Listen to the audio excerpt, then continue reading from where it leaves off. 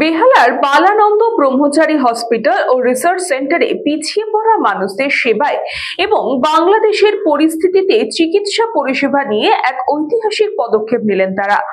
10% ছাড় দেওয়া হবে তাদের প্রতিষ্ঠানে সমস্ত পরিষেবায়, এমনই জানালেন এই সংস্থার আধিকারিক দীপক সরকার।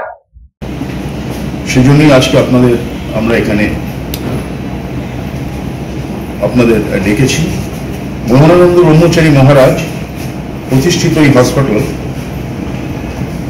উভয় দেশের অনুমতি সাপেক্ষে ভারতে চিকিৎসার জন্য আগত ব্যক্তিদের জন্য বিশেষ সুযোগ সুবিধা ঘোষণা করছে।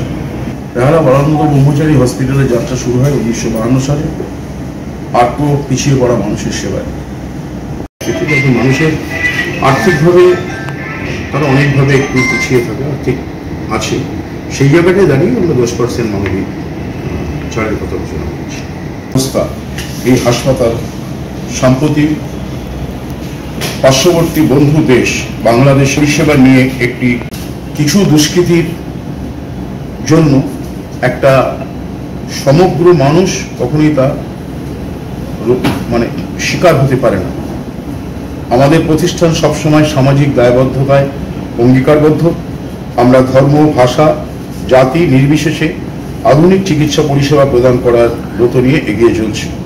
দেওয়াটা এমন একটা সেবা, এমন একটা ক্ষেত্র যেখানে আমার যে পরম শত্রু তাকেও আমি ফেরাতে পারি না। এই জায়গাটায় আমি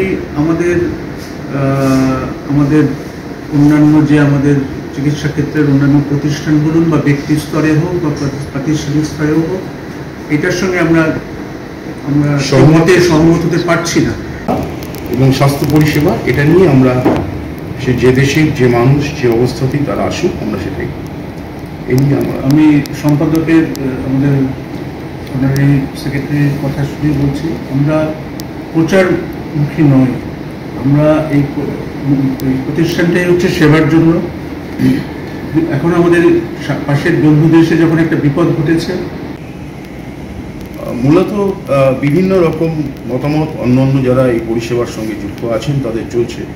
সেখান থেকে আমাদের মনে হয়েছে আমাদের এখানেও 2-3% বাংলাদেশের লোকজন আসেন এবং আমাদেরকে প্রায়শই তারা আমাদেরকে অ্যাপিল করছে।